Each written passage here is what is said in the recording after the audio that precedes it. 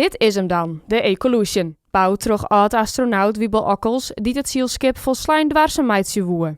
De realisatie van het dream van Ockels is nou in zicht. De laatste stap konden we net meisje. We hadden toen wel over praat om op waterstof te varen, want dat is uiteindelijk de ultieme duurzame brandstof. Dat weer toen technisch nog net haalbaar in een schip, wel op een laboratorium. En dat hebben we nu wel verwezenlijkt gekend. Dit schip is een van de eerste skippen op waterstof. Maar hoe werkt dit nou correct? Waterstof varen is een vorm van elektrisch varen. Waterstof is uiteindelijk met elektriciteit produceerd. We hebben bij de zuurstof en de waterstof uitenwanderdreun is met elektriciteit. Op het moment dat het weer binnenwander brengt, dan komt die elektriciteit weer vrij. En dat broeken we dus in het schip.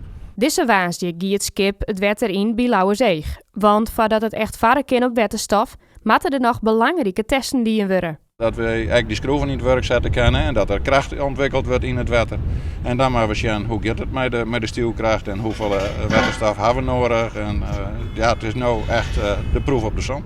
De dwarszame boord is een Sanem test- en demoskip en draagt een belangrijke boodschap uit. Vooral de maatschappelijke bewustwording. Dat we zorgen dat er een oplossing is en dat het kan.